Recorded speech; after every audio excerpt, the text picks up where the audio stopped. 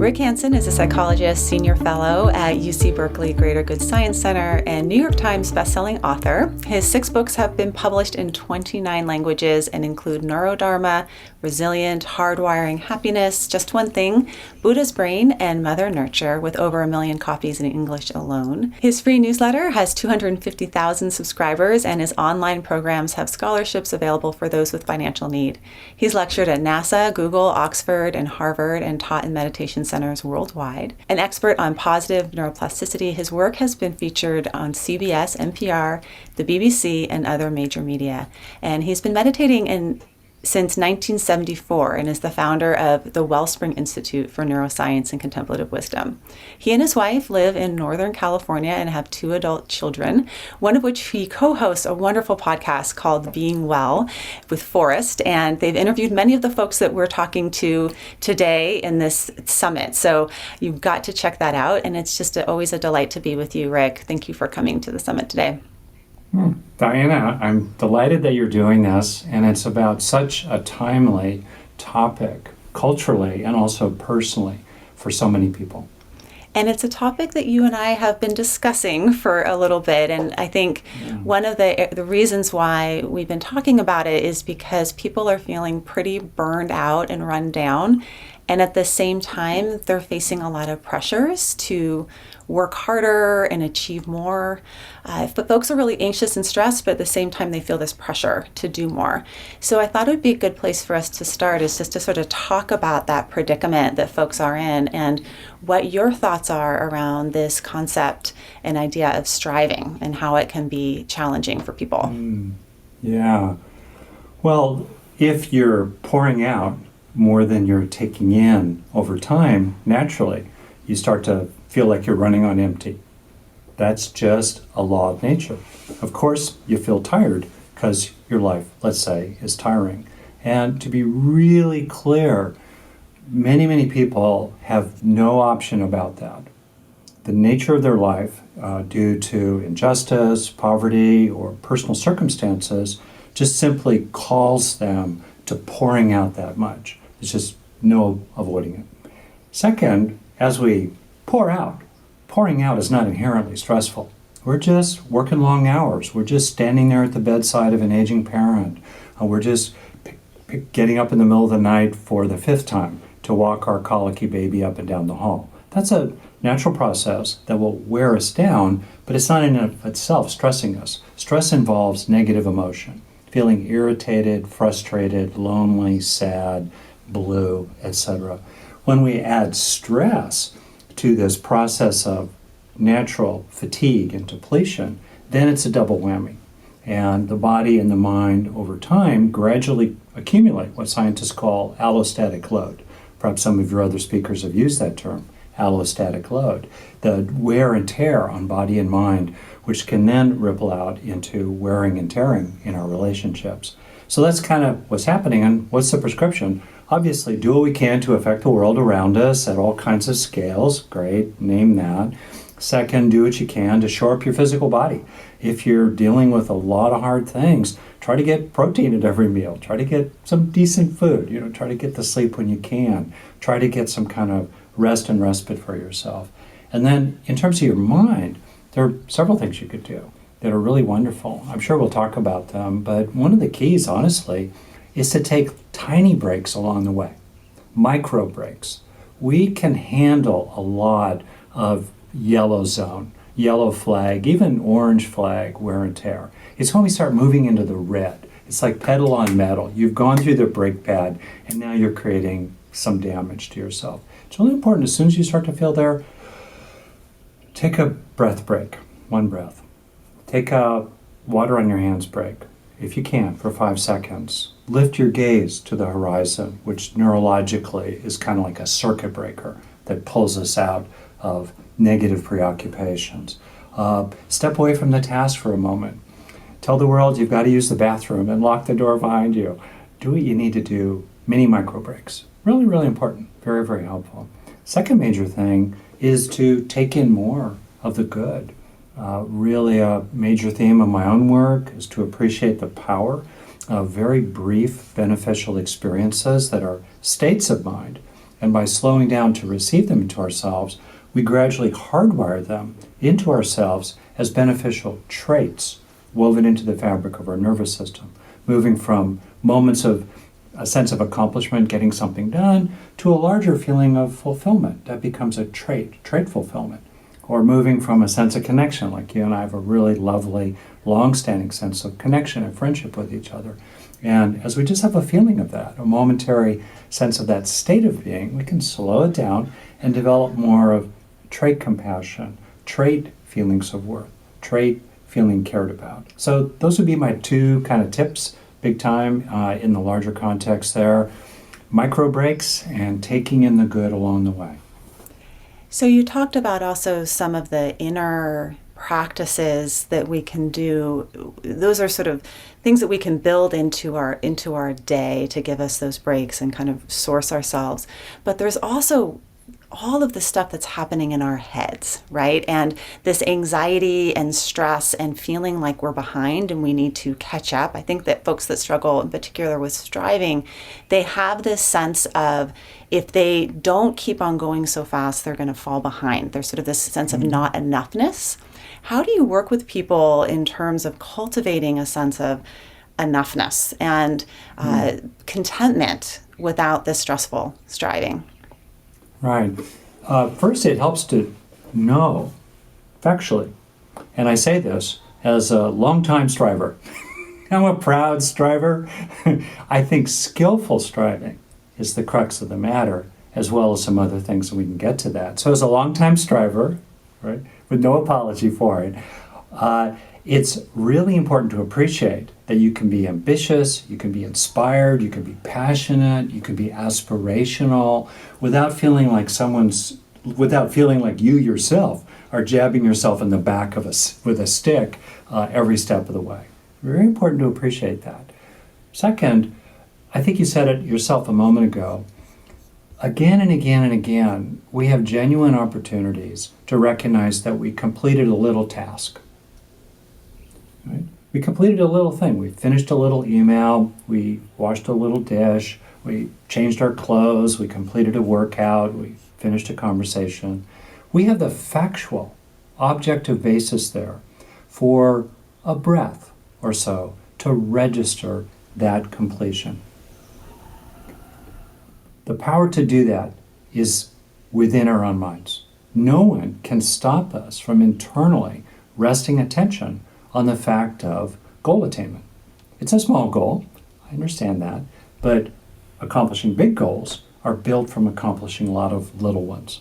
So in that moment, we register completion. We feel it. Neural activity is extremely quick. Typical neurons are firing 5 to 50 times a second.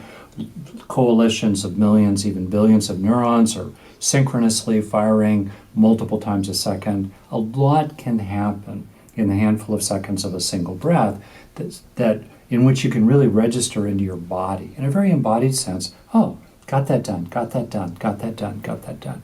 That's a really important thing to do along the way. It'll help you feel better.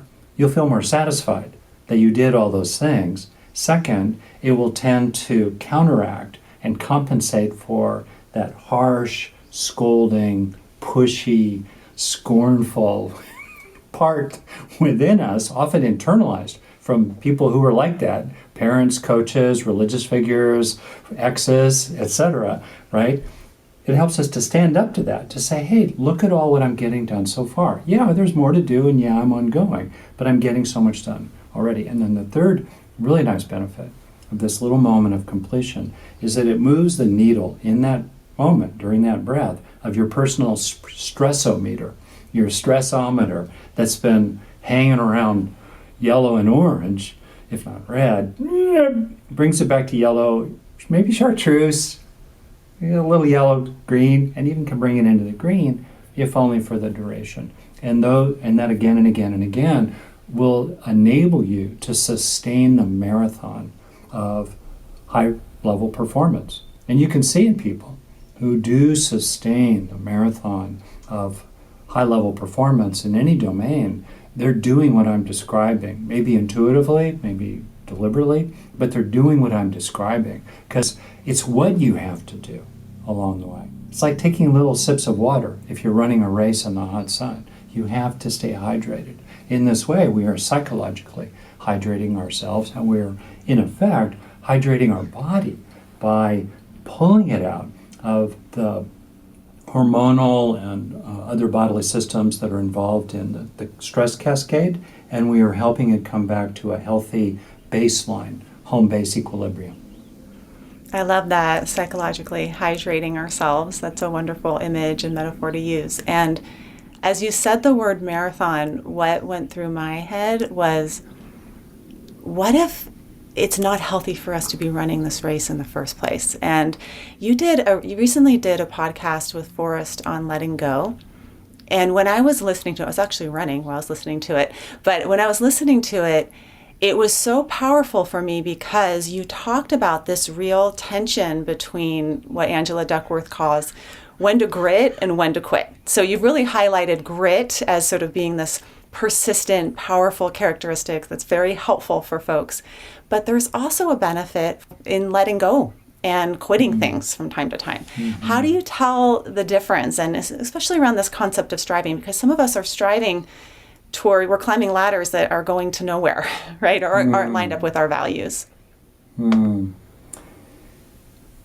It's a fundamental and broader question, right, than what we've been talking about so far. And with many people, I actually find it's helpful to do it in the order that we've done it, to sort of establish our bona fides, our credentials, that we understand this. And also to be clear, many of us don't have a lot of choice about the major goals in our lives or the major tasks. We already are committed. You know, kind of back in the psychedelic days, we might have a saying, you ate it, you ride it. And a lot of us have eaten marriage, parenthood, we've started careers, we're midstream in building a business or working up our way up the corporate ladder. We're engaged, we have bills to pay, we have a real life. So in the context of your real life, it's really important to pay attention to the kind of things that you and I are talking about, both recognizing the long-term effects of red zone stress, and also recognizing that we have tremendous power within ourselves, essentially in terms of where we place our attention and then how we relate to what we're paying attention to in the moment. We have a tremendous power for ourselves to heal ourselves and actually enable ourselves to keep going in the good long run. Okay, all that said, then how do you know if it's a run worth having? This is a deep, deep, deep question. I think it's helpful to ask yourself, what are your personal highest values? What really matters to you? I mean, it's familiar material about kind of like what I think of as the view from the porch when you're 99 years old, still in good shape, you're looking back over your life. And from that perspective, so if you put yourself as a mental exercise on the porch, sitting there in the rocker, you're still healthy, your mind's intact, but you know your life is coming to an end eventually, and you look back, what then will you be really glad you had been and done and had? Be, do, have. And in effect, now, what do you want to be glad about when you're sitting on the porch looking back on your life? That's a good way to sort out what are your real priorities. Without being morbid about it, I look at obituaries from time to time to remind myself that there is no permanence. There is no permanence. I think of that moment in the Dead Poets Society movie with Robin Williams, speaking also of impermanence in terms of his life, where he takes these young men at this boys' school, very posh, walks them by the trophy case in the hallway, these I think more or less freshmen, and he says, look at all these heroic versions of you, some years ago, and they won this, they were the champion of that, they did this amazing thing. Gentlemen, they're all dead now. Carpe diem, seize your day. And so that's another way into what do you want to do with, as Mary Oliver puts it, your one wild and precious life. I find that's really helpful for me to keep reminding myself what are the highest values, and then even do a little practice, maybe when you wake up, where you just name to yourself in your way. Maybe there's an image rather than words. Maybe there's a short phrase or sentence that really summarizes your key purposes. And you kind of get a feeling of them. Like, yeah, what's this feel like if it's authentic? And to inhabit that life purpose and to feel that it's inhabiting you. It's establishing itself in you. It's dwelling in you. Where do you dwell? What do you want to have dwell within you? And then, okay, now you get up out of bed. And you forget it from time to time, but if you get a little wobbly, it helps to really come back to it. What's my real purpose here? There's a proverb in the Buddhist tradition that wisdom is choosing a greater happiness over a lesser one. Choosing happiness over misery is pretty easy.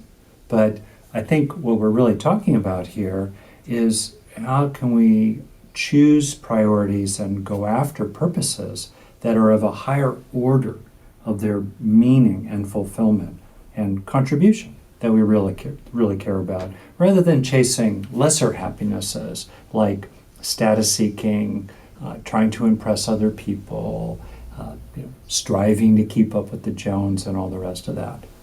So that's what I would say so far. And maybe I say one last thing. Beware of people manipulating you.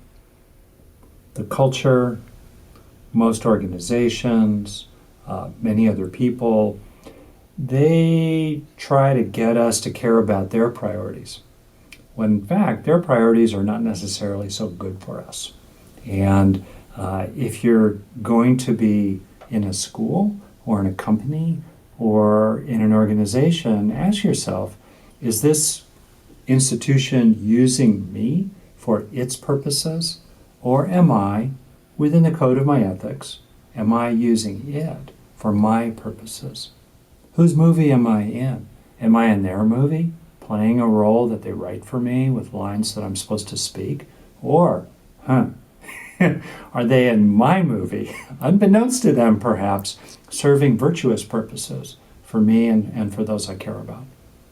Yeah, I think you just described the first 20 years of my life there in terms of being in someone else's movie. And then also when I work a lot with, youth, like 20-year-olds, 30-year-olds, calling them youth now, how much, especially in today's culture, we can get caught up in competition. And it's like fed to us breakfast, lunch, and dinner through social media, through just this real sense, I think, especially for Generation Zers, of you better go faster because people are at all times faster than you. I read this beautiful poem by a woman named Rupi Kaur, and she wrote this book called Homebody, and she wrote a poem called Productivity Anxiety. And in it, she writes about how she has this fear that everyone is working harder than her and that she's going to be left behind, but that she already has what she wants, which is to be with her mom, just to be able to call her mom, right? So I'm curious for you, as you think about for yourself, sitting on your porch at 90, looking back, what is it that you would say matters most to you in your life and your work that you're doing? 99, by the way. 109. There you are, 108. Well, gosh, right off the top, you remind me, speaking of a poem, I'm just Raymond Carver, late fragment, you may know it. Close paraphrase is he, I think, offered it with regard to the death of a friend, and the poem is very brief. It starts out, "Did you get what you wanted from this life, even so?" And he says, "I did." And what was that? It was to call myself beloved on this earth. To know that you've been loved and are loved, and are loving and have been loving, really important. To know that you brought your whole heart to it. You didn't wuss out. You hung in there. Old school. You did a day's work. You were earnest and sincere. These, for me, have been really important values, and kind of to, in a way, sum it up, did you do what you could to promote good process in how you solved problems and how you interacted with other people? Were you there to support usefully, generally good process, or were you there to mess it up as a kind of troll or someone who just wasn't pulling their weight? Did you support good process? That's what's under our control. Good results, that's beyond our direct control most of the time, because there are so many factors that determine what the actual results are. But you yourself can promote good process, broadly speaking. And you can judge yourself at the end of the day. Were you generally there to promote good process, or were you kind of a wanker?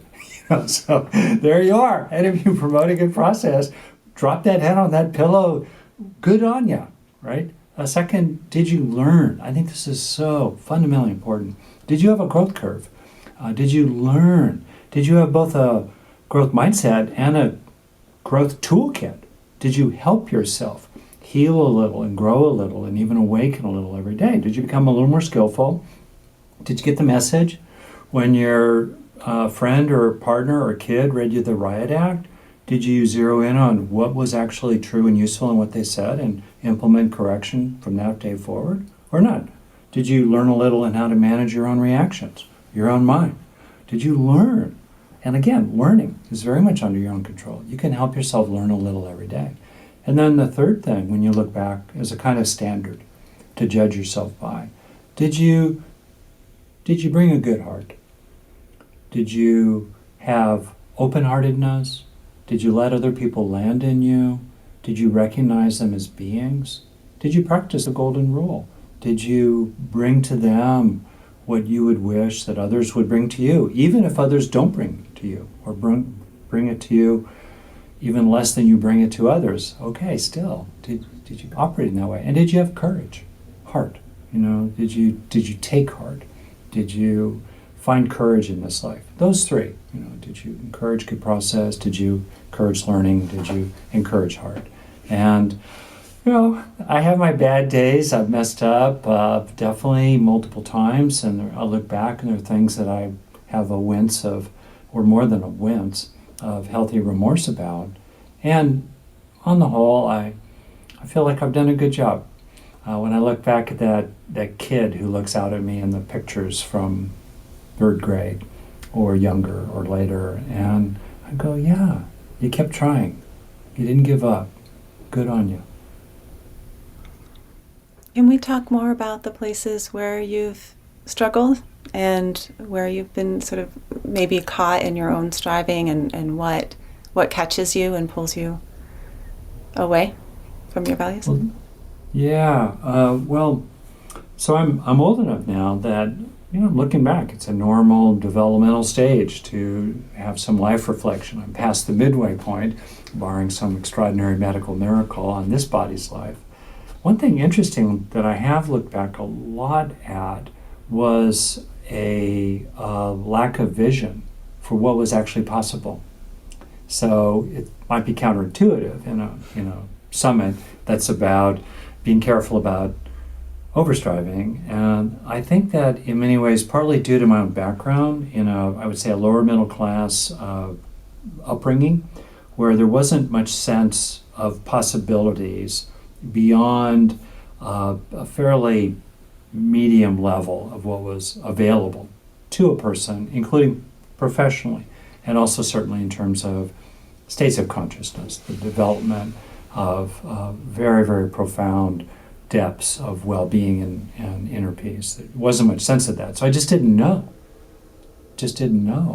And then because of my own sort of shyness and history of feeling like an outsider as a very young boy going through school who was introverted and never acquired many social skills early on, I look back and I see ways in which I kind of swerved away from putting myself in situations in which I'd be vulnerable to the group, because that was very scary for me. So I found my own way in successful ways, but there's a price to be paid if you're also doing it out of, I call it, avoiding the dreaded experience, or avoiding risking the dreaded experience, really, of being cast out, unwanted, shamed, criticized, put down, so forth. So I look back and I would say those are things that I think that have been, in a way, errors. And when I talk with people, including my kids, I try to point out that when you're young, it's really useful to take the long view and to appreciate that whatever the costs are of what you're trying to develop or build in yourself as an athlete or an artist, or in your career and your training and your schooling and your kind of like vocational apprenticeships of various kinds, whatever the costs of those are, grad school payments, time put in, effort, those costs are going to be now amortized over the whole life of your career. They're spread out, they're amortized. But meanwhile, the benefits of whatever you will have built in your teens and 20s and maybe 30s and beyond, even 40s now, those benefits will accumulate exponentially. They'll compound over the course of your career. I mean, recognizing that I think is really helpful, and having a vision of what's possible and not losing your nerve and not swerving away from dreaded experiences just because you'd be uncomfortable in them. So those are maybe a little bit off message lessons here for you, but no worries. The other thing I definitely would say about myself is I'm determined to a fault, and so that maybe is a little more on on the main line of the summit, that I think there's a place as you're going from grit to quit, right? I think we can first of all have grit while we're quitting. It often takes the greatest grit to quit. So I don't think of grit and quit, even though it's a great saying, I don't think of them as inherently opposed to each other. And to be able to walk away from the pressures of others or the norms that say you as a woman or a man or this or that kind of person have to walk a certain path that's been trod for generations before you. And it's very deep and rutted. It takes a lot of grit to say, no, I'm going to quit that path. And it takes a lot of grit to say, I don't even know what my next path is, but I know it's not this one. And I need to stop and look around and then find my own higher road. That takes a lot of grit. So one thing I had to kind of learn is I've stuck with some things past the point of the causes and conditions were not present. It would be like someone heroically growing roses in a parking lot. Yeah, you can kind of sort of do it if you bring a pickaxe and work 12, 14 hours a day. But whoa, it's just not fertile ground for the seeds of your time and attention and heart. And much better to find fertile ground for that, which may be in different relationships or different companies or different careers or callings. Yeah. So that's, I think, when I look back, there are other mistakes around anger,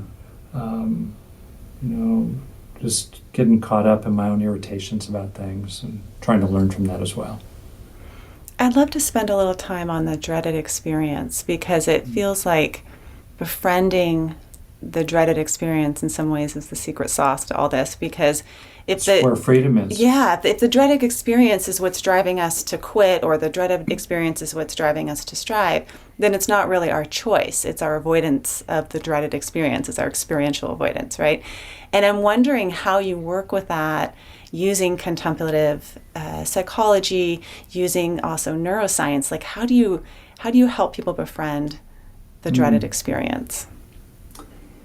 Well, I really appreciate you bringing it up. I mean, we're both clinical psychologists, a lot of knowledge, a lot of training, and I think that there are probably a top 5 or so key useful ideas / inner practices, and this is one of them. Another one in the top 5, to be clear, is simply being with experience as it passes through awareness.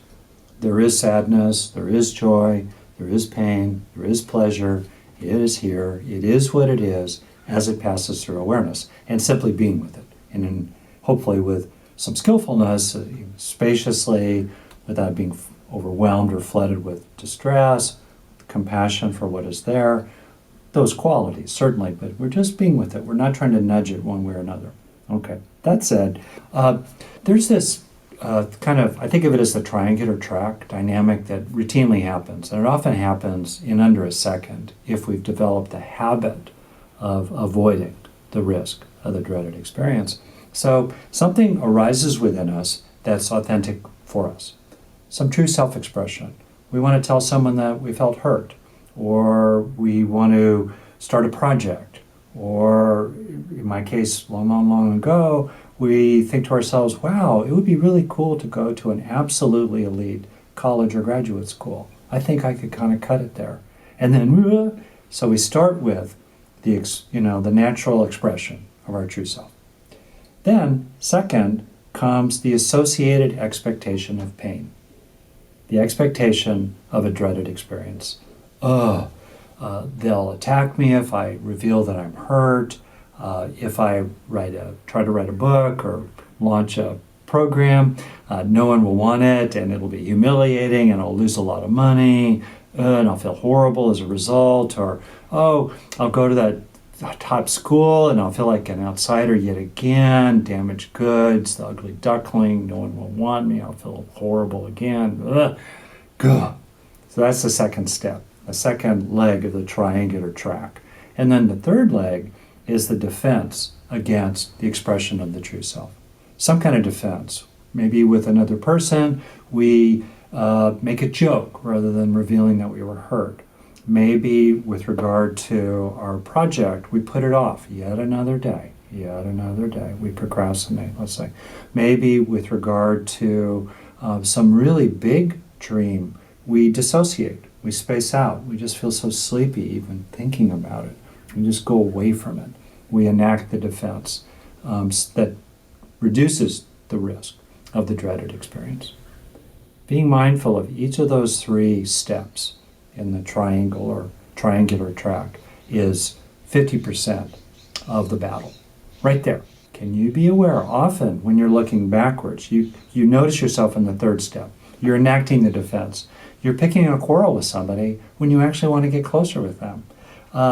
You ought to do something, and you're doing everything else but that thing you ought to do. You kind of notice that. And then you can introspect. You can be mindful. You can inquire. You can talk with a world-class therapist like you. What's that about? Why? And what would I feel if I didn't do this thing? What would I feel if I didn't enact the third step, this defense? I'm afraid I would feel XYZ, horrible, because maybe I did feel that way when I was young, or I saw others feeling that way, and that's intolerable, that's anathema, I don't want to go there. You're developing understanding. And then underneath that, you ask yourself, where did this start? What do I really want in my heart of hearts?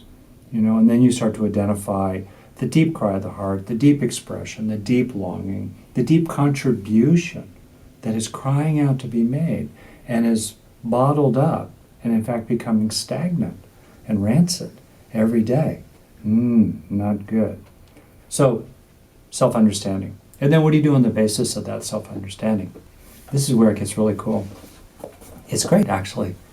What you do is you take really small risks of the dreaded experience. Small, manageable risks. I'm sure this is very familiar territory for you as someone who's deeply knowledgeable about ACT, acceptance and commitment therapy. So you take little risks and you see what happens. You don't know. Now you set yourself up to be successful. You don't want to be disloyal to yourself. Right? You try to set it up so that it's, let's say, a reasonable person that you're expressing a little more vulnerability with, or you take an initial first 15 minutes of noodling around working on your book project, and you see if the world ends just because you spent that 15 minutes that morning with a nice little cup of tea. It went fine. Or you start looking around at colleges that were institutions or higher level promotions that might appeal to you, and you kind of go, okay, you imagine yourself into them, something like that, how to go. And then if it goes well, as it usually does, recognize the good fact of that, it went okay. Oof.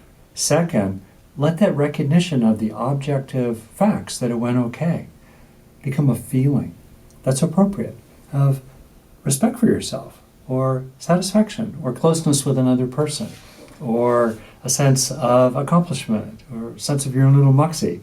So recognize the good fact, let it become a good experience. Now that pattern's cooking in your brain. Third, take in the good. Help that good experience become good learning. Help that good state gradually become a good trait woven into you so that you're more willing next time to risk that dreaded experience. And in this way, that's close to your experience, it's under your own power, It's utterly authentic. The results are genuine. You earn the results of your practice. In this way, you can gradually push back, inch by inch, foot by foot, mile by mile, the bars of your invisible cage. Yes, I've heard Russ Harris talk about it as sort of expanding your zone of flexibility. And by doing what you're doing, stepping towards, with kindness, the dreaded experience, little tiny micro steps to be able to expand that zone, you have more freedom in your life to pursue what you love, because the nature of pursuing what you love is that it's going to be uncomfortable and scary, and probably Not necessarily, even can be, but it can be. Can there be. You are. Yeah. Can be. Yeah. Yeah. But so that's one aspect of sort of breaking free from unhealthy striving is noticing your avoidance. What are you avoiding, and why? And then how to, sort of without attachment, aspiration without attachment, be able to move towards these small little tiny risks. There's another element that I wanted to talk with you about, which is the ego attachment that can happen. So sometimes we can get hooked in unhealthy striving because we're gripping so hard to this sense of me, self. I'm defined by what I do or my accomplishments, and we miss out on other possibilities. Can you talk a little bit about how we work with the sort of small self and the ego, and when it shows up in terms of our striving or unhealthy striving?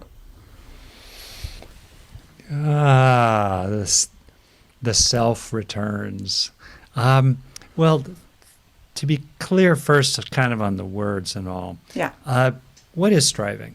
So striving is sustained effort, typically in the face of some kind of resistance. And I think of it kind of basically in terms of physics, that force is mass times an acceleration. So you're trying to accelerate. Now you're often holding your own because you're moving against the force of gravity, but you're still accelerating in a sense to keep going and not fall down in terms of gravity. Okay, force times mass times acceleration. And then work is force over a distance. You're sustaining that over a distance. I think of that as really the essence of striving.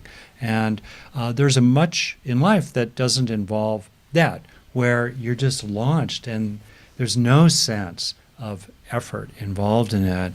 You're just kawoosh. Okay, we can get a lot done in the kawoosh. That said, striving is necessary.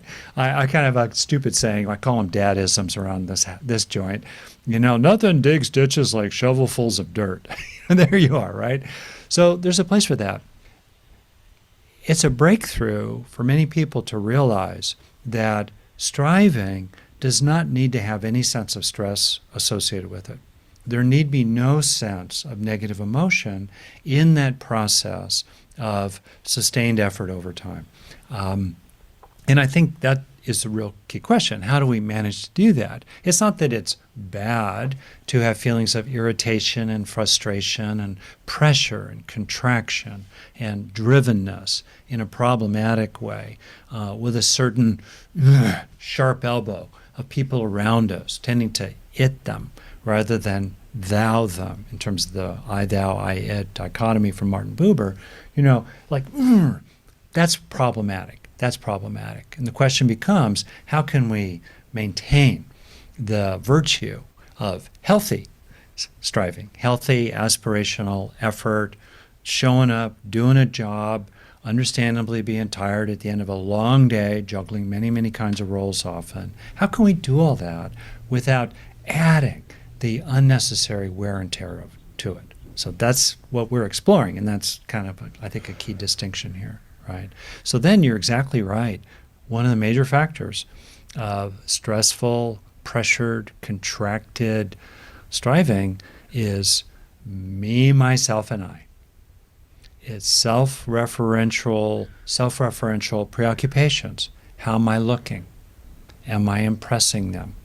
How are they evaluating me? How will they evaluate me? We do a lot of affective forecasting is the term, drawing on midline cortical networks that enable what's called mental time travel. So we imagine different things. And often what we imagine is how the audience will react to us. And will they think that we're really cool? Or will we avoid the dreaded experience of being uncool, unwanted, unpopular, not so great, right? So we very self-referential. Or we get caught up in possessiveness.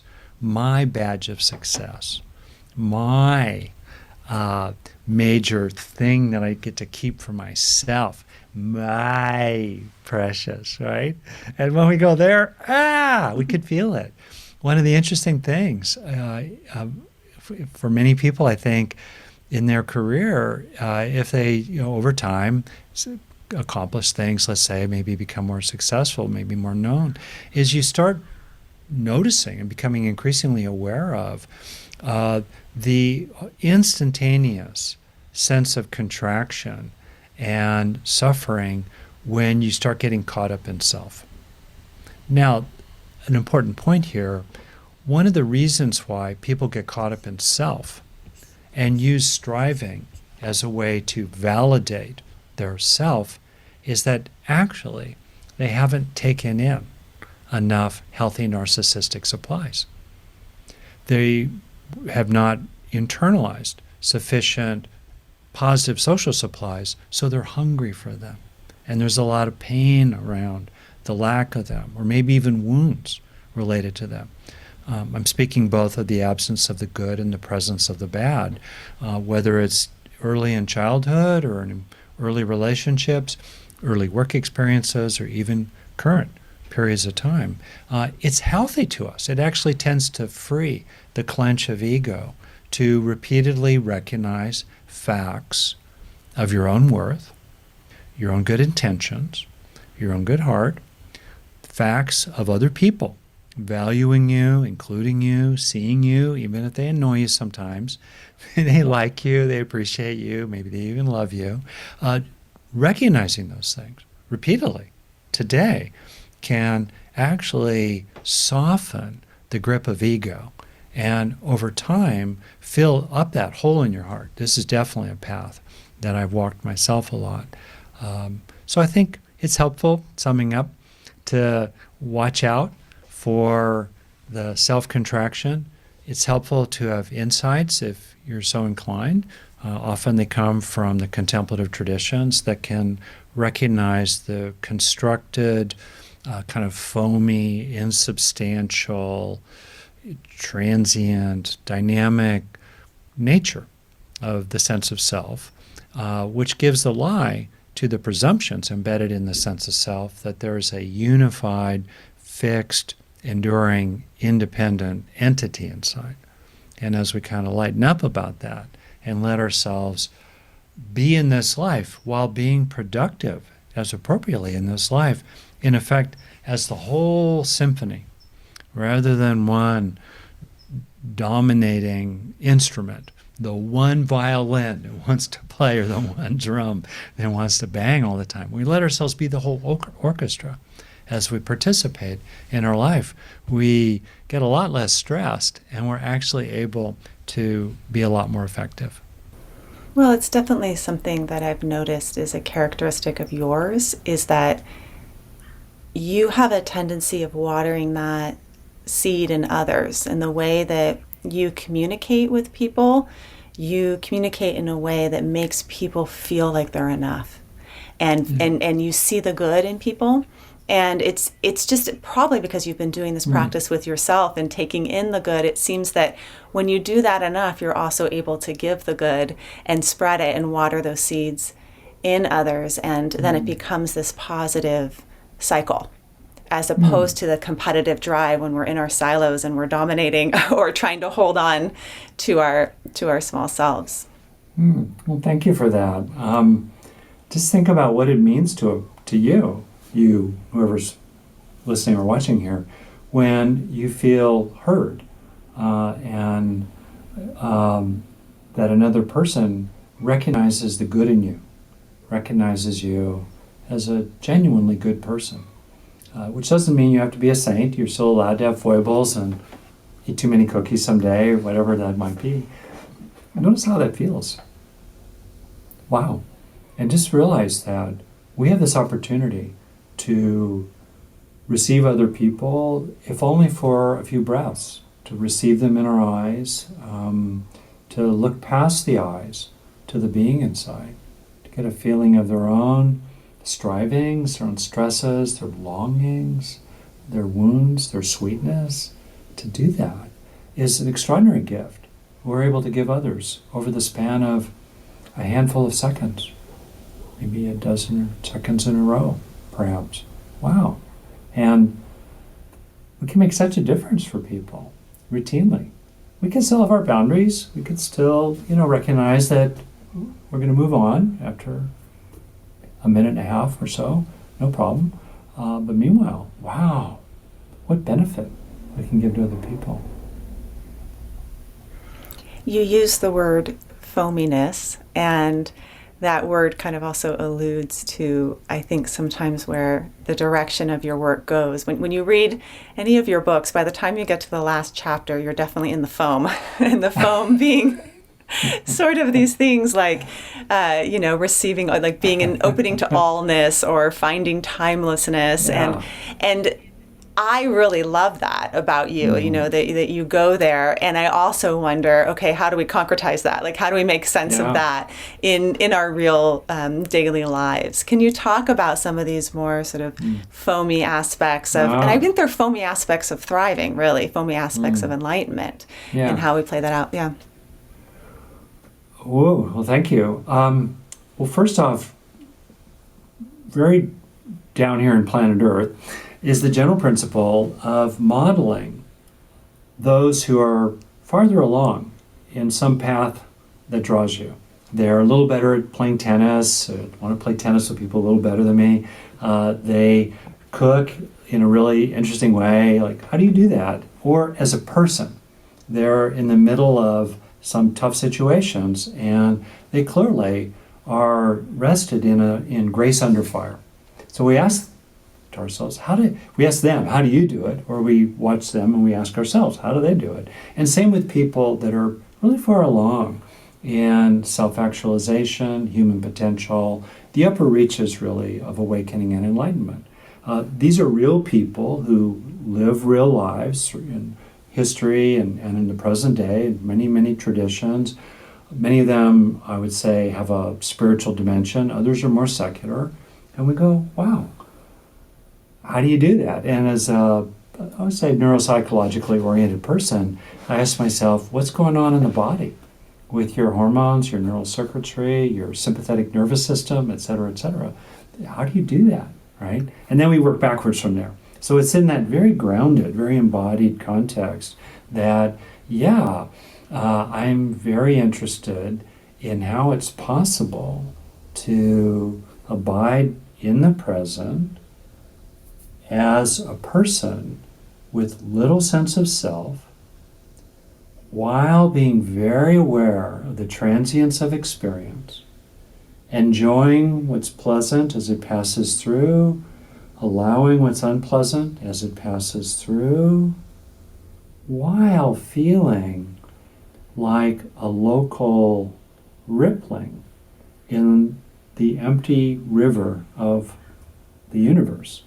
It's an unfolding Big Bang. It's very dynamic. It's very large. It's like a river. And yet, at all scales, it's empty of absolute solidity or absolute independent self-causing. This starts conceptual, but then you start to more and more feel it. How to actually do that. And to do that in a way that has love in the midst of it all, and finds a love that, or benevolence really, an exorbitant generosity in the endless arising of the next moment of the unfolding of the universe, and to live at that emergent edge in the moment of continual creation of time, of new time. That interests me a lot, particularly as I get older. And I don't know if it interests anybody else. If you're into the foam, as it were, it might interest you too. And I think it's really helpful to appreciate that this way of being is articulated more profoundly by many people who are my own teachers, let's say, in history or even in the present day. And it's important to realize that it's possible. It really is possible to relax contraction around things and to loosen our grip somewhat. It's possible to still be very functional in the world while having a wider view.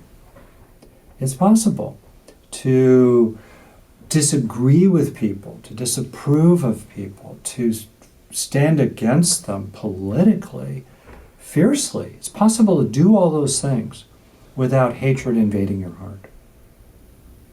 To recognize that it really is possible. It's a both and. It really is possible to live in this real life. You don't need to go off in a cave in the mountains unless you really want to, and I honor those who do.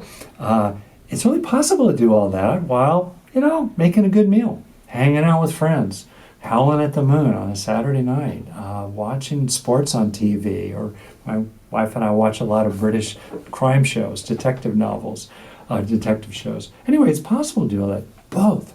That's really helpful. You don't have to pick one or the other. And I think that people probably have had that foamy experience, but maybe haven't been able to put words to it. As you were talking, I was thinking about being with my partner's grandfather while he was dying, and how we had this whole communication with just this man and his eyebrows. So he was lying in his bed, and the only thing that he could move was his eyebrows, and how incredibly profound and powerful that was to have a conversation with a man and his eyebrows about his life and in saying goodbye, and What he a would lesson. respond.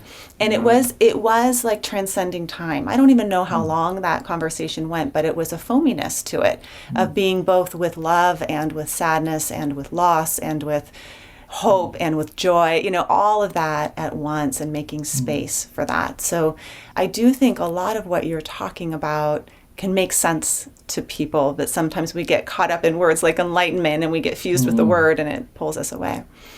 I wanted to close because as we're talking about aspiration and striving, I shared with Julie Bogart how I used to want to be a snail when I grew up.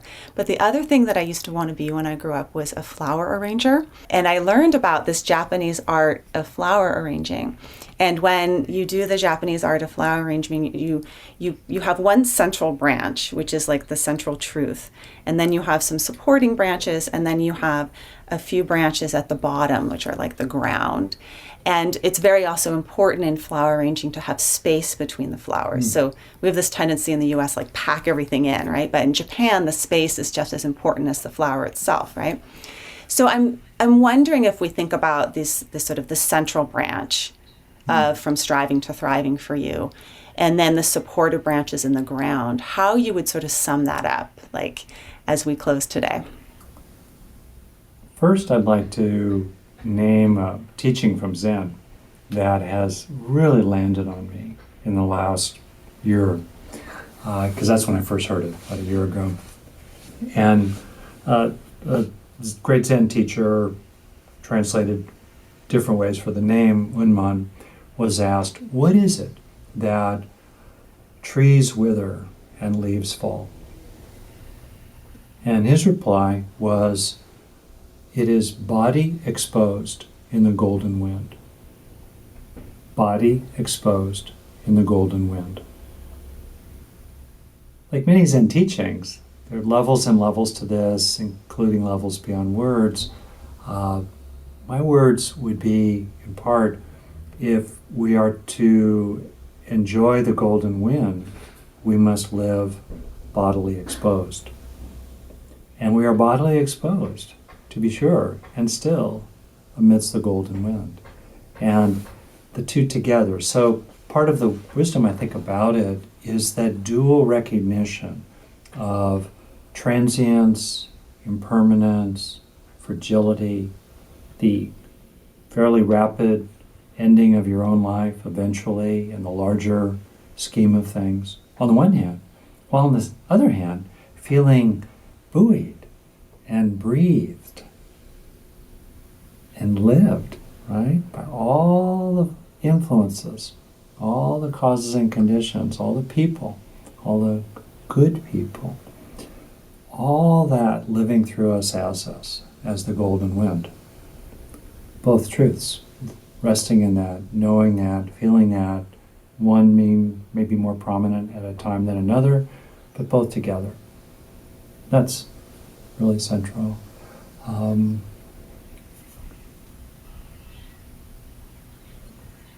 second thing that is right there for me is to make efforts. Is to make efforts. A lot of people do make efforts in areas that are the lesser happiness, but they don't make efforts each day. A breath here, a minute there, occasionally an hour. They don't make efforts, many of them each day, for the greater happiness. Making efforts related, let's say, to supporting good process, good learning, and good heart. Making those efforts, calling yourself to make those efforts, not being a slacker about those kind of efforts, and not letting the efforts made toward lesser happinesses crowd out unnecessarily these virtuous efforts toward a greater happiness. Calling yourself to that, taking responsibility for that. There's no substitute for that. And then last, looking back on the past and looking in the present at the future, I think of the line from T.S. Eliot in his poem Ash Wednesday, teach us to care and not to care. Teach us to sit still. So to be able to care deeply about social justice, global climate change, how your kid is doing in school, to be able to care deeply about the success of your own business, your own project, your own career, to kind of look at yourself outside yourself as a person that you care about and you're loyal to, much like you're loyal to other beings, and to care how it unfolds that for that person and to care that that person's treated well. Okay, to care, and also not to care. Not in the sense of apathy or indifference or isolation, but in the sense of equanimity, in the sense of resting in a deep ground of inner peace in yourself that is untroubled by the latest news cycle or what passes through you. You have compassion, you care, your heart is open, it's moved, but deep down inside, you recognize the vastness, you recognize the emptiness of all phenomena. They exist emptily, and you recognize the vast sweep of history and the vast future to come, and you rest at peace deep inside yourself with a warm heart. A little shavasana there at the end. Thank you for sharing that with us. And playing tennis. I feel like I have played tennis with someone who's a little bit better than me. So I'm learning and growing just listening to you for the past hour. And I'm sure that all of our listeners are as well, and taking notes. And just really appreciate you taking your time to spend it here. And for those that want to learn more from you, any offerings that you want to shout out about, how can they learn more? Well, thank you. I would say go to my website, simple, Rick Hanson, SON.net. We have many offerings there. Almost all of them are free. And we do have some online programs that are very well constructed, reasonably priced, and also offered for free for people with real financial need. And I would just say check it out. You'll find lots of really good things there, including some wild and wacky stuff that I pulled together as Rick's picks, including some, rock and roll videos and things like that. Fantastic. Okay. RickHanson.net. RickHanson.net. Thank you, Rick. It's wonderful. Thank you, Diana. It's been great. Thank you for pulling this together. Bows back. Alrighty. There we are. You're amazing.